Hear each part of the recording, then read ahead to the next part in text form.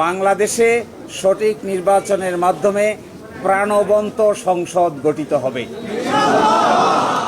জাতি, ধর্ম, বর্ণ, শ্রেণী নির্বিশেষে সকলেই তাদের ইচ্ছা অনুযায়ী ভোটাধিকার প্রয়োগ করে জামায়াতে ইসলামীর নেতৃবৃন্দকে বেছে নেবেন, এটা আমরা প্রত্যাশা করি।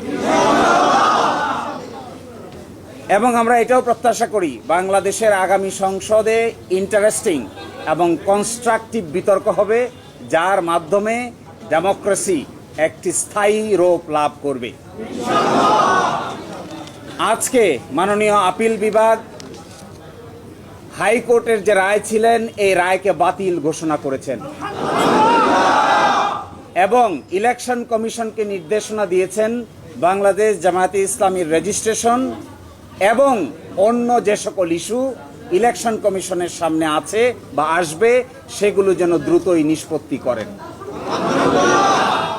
এর এই মাধ্যমে আজকে বাংলাদেশ জামায়াতে ইসলামী তার নিবন্ধন ফিরে পেল এবং প্রতীকের ব্যাপারটিও ইলেকশন কমিশনের সামনে রেফার করা হলো আদার ইস্যু হিসেবে।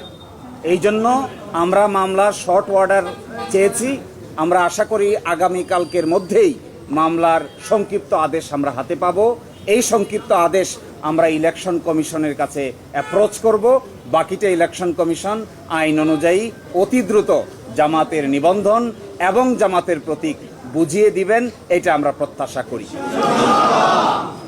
যে আজকে যে ডাইরেকশন দিয়েছেন আপিল বিভাগ, সেই ডাইরেকশনে বলেছেন জামাতের রেজিস্ট্রেশন এবং অন্য কোনো ইস্যু যদি ইলেকশন কমিশনের সামনে থাকে তাহলে যেন ইলেকশন কমিশন এটা ডিসপোজ করে।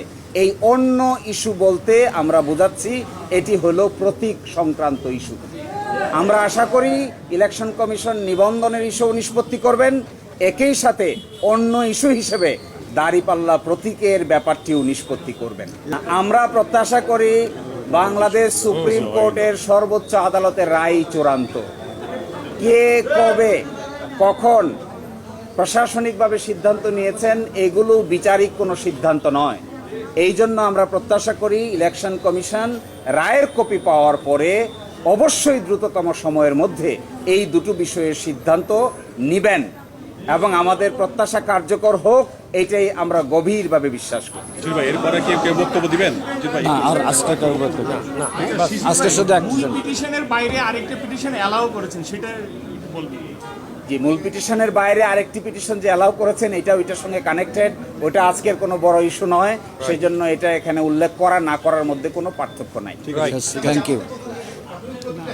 না, এটা জামায়াত ইসলামের পক্ষ থেকে বিবৃতি দেওয়া হবে সময় মতো। আপাতত এখানে কেউ অ্যাড্রেস করছেন না। আপনাদের সবাইকে অসংখ্য ধন্যবাদ ধৈর্য ধারণ করে এখানে কষ্ট করে সময় দেওয়ার জন্য।